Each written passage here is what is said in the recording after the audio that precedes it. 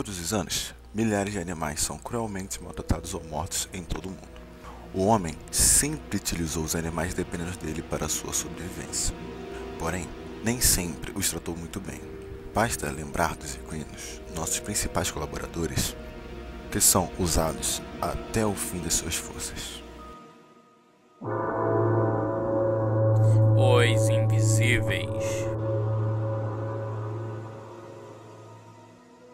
Maus tratos, muitas vezes as pessoas acham que é físico, bater, mas existe também o relacionado ao comportamento do animal, né? A privação de certos comportamentos naturais, entendeu? Então, muitas vezes não é só bater, você enclausurar um animal, prender um passarinho numa gaiola, você não está batendo, você não está agredindo fisicamente, mas você está privando, né, esse animal de cumprir as funções naturais dele, né, na natureza, no dia a dia, às vezes falta de água, falta de comida, né, isso é considerado maus tratos também. Normalmente, quando a gente pega um animal debilitado na rua, o primeiro passo é levar no veterinário para fazer um atendimento. A gente leva no veterinário, faz o atendimento necessário para reabilitar a saúde dele, ou fica internado, ou se ele já for liberado no mesmo dia, a gente leva para uma hospedagem paga.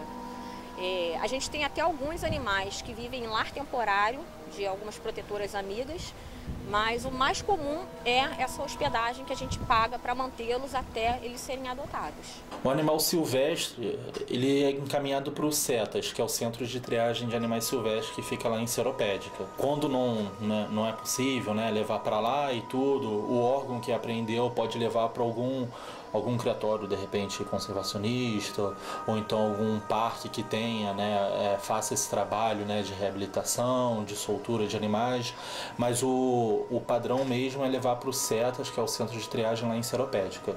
Charretes foi um assunto bastante polêmico e que as pessoas se iludem muito achando que, acabando a charrete, o animal vai ficar livre de qualquer tipo de trabalho. Infelizmente, ainda não chegamos nesse estágio. O animal, o cavalo, como qualquer outro animal, ele é considerado pela lei brasileira um bem semovente. Então, ele é um patrimônio. Você compra, você vende, você troca. Então isso, se a gente tiver o fim da atividade da charrete, que é uma atividade legalizada, é uma atividade que tem regras, então se você acaba com essa atividade, o que vai acontecer? O dono do animal, não podendo mais usá-lo para ganhar dinheiro, ele vai vender esse animal. E aí esse animal vai continuar trabalhando em outra atividade e que já será uma atividade que não vai ter nenhuma regra, não vai ter uma jornada de trabalho pré-estabelecida, não vai ter um limite de carga e principalmente nós não vamos saber quem é o dono, quem será o seu dono. Hoje nas charretes todos os animais são microchipados. Então, se esse animal for encontrado em situação de abandono na rua, nós teremos condições de identificar o dono e processá-lo na justiça. Eu acho que a gente precisa enxergar os animais não como um brinquedo que quando a gente cansa a gente joga fora. A gente tem que entender como um ser vivo com o qual se criou um laço, uma dependência e que você é responsável por ela, né? Grosso modo as pessoas dizem que se hoje em dia abandonam crianças, né, quiçá animais. Eu acho que nenhum nem outro tem que ser abandonado. Porque todos são seres vivos e merecem mínimo de dignidade. E já que nós, né, um dia nos responsabilizamos por esses animais, a gente tem que dar essa dignidade a eles. Quase sempre é um animal de estimação, tem uma criança que gosta, tem sempre uma pessoa que vai sofrer com a perda desse animal. Porque a gente que mora em comunidade, geralmente as pessoas têm muitos animais e não cuidam devidamente.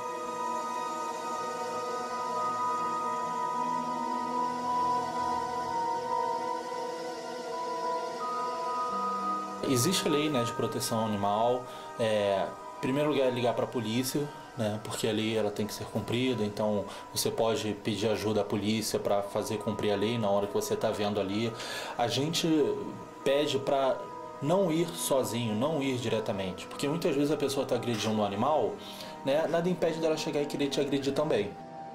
Bom, hoje as leis ainda são muito mansas com relação aos animais, porque a pena que é de de 1 ano a 1 ano e meio, ela prevê a transação penal. A transação penal é você ter o direito de pagar cestas básicas, que são determinadas pelo juiz, a quantidade de cestas básicas, mas que hoje já tem uma discussão no Senado e na Câmara Federal para que se aumentem essas penas e que efetivamente dê prisão para quem maltratar os animais.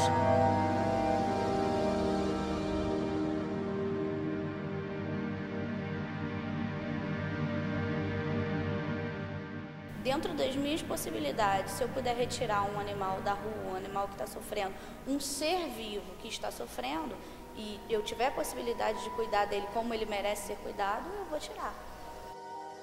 Caso que marcou muito, teve até um parecido há pouco tempo, foi o da Bela. É uma cadelinha que a gente resgatou na UPA, lá do Quissamã. Ela foi atrás da ambulância, seu tutor teve uma parada cardíaca, foi levado para a UPA e lá ele veio a falecer.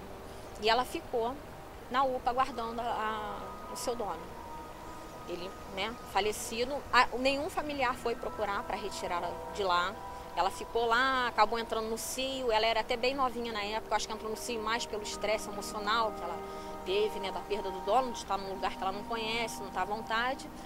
E a gente teve que reabilitá-la também, fez todo o tratamento, e graças a Deus ela foi adotada, foi doada por um casal de doutores no Rio, então está super bem, a gente mantém contato com eles, Existe um limite de vida também, Porque, por exemplo, hoje eu tenho uma cachorrinha que na verdade nem era de rua, ela até tinha um dono, mas é como se não tivesse, e ela quebrou a coluna.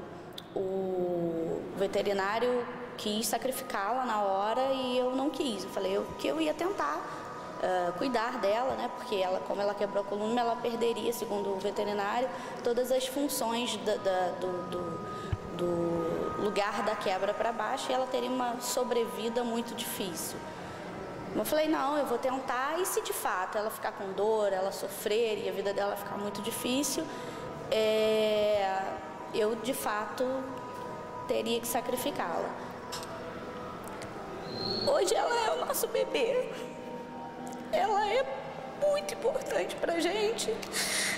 Ela mobiliza a família inteira. Hoje ela está na 3ª versão de um carrinho que meu marido fez para ela. Ela já era velhinha, ela é cega, ela é surda. E por causa da paralisação ela tem muitos problemas de digestão, Ela tem muita cólica, ela tem muito problema de diarreia.